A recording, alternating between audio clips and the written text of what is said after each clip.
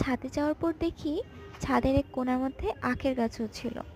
তো আমি first time দেখলাম যে এভাবেও যে আখ চাষ করা যায়, আর দেখে মনে হচ্ছে যে ভালোই হয়েছে। অ্যান্ড এখানে কলা গাছ ছিল ২টা। কলা অবশ্য ছিল না, কিন্তু ভালো ছিল। আর একটু সামনে গিয়ে দেখি এখানে একটা আমের গাছ, আর ওইখানে একটা আমি পুঁই শাকের গাছ দেখতে পাই। আহ, পুঁই শাকের গাছের মধ্যে না কিছু বীজ ছিল। আমরা ছোটবেলায় ওগুলো দিয়ে অনেক খেলতাম।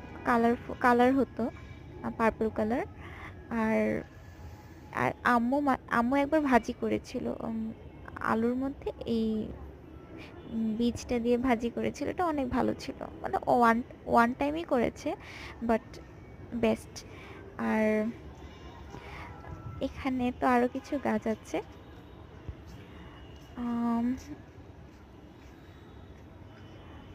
একটু সামনে গিয়ে দেখি এখানে ডালিম গাছ ছিল কয়েকটা, ডালিমও হয়েছে। আর আর ফুল বা কলি সব কিছুই ছিল। আর ডালিমগুলো তো অনেক ফ্রেশ, মাসাল্লাহ। আর আপনাদের তো আগের ভিডিওতে দেখিয়েছি যে জাম্বুরা হয়েছিল একপাশে। আহ, এই আর কি, ছাদের পরিবেশটাই সুন্দর অনেক।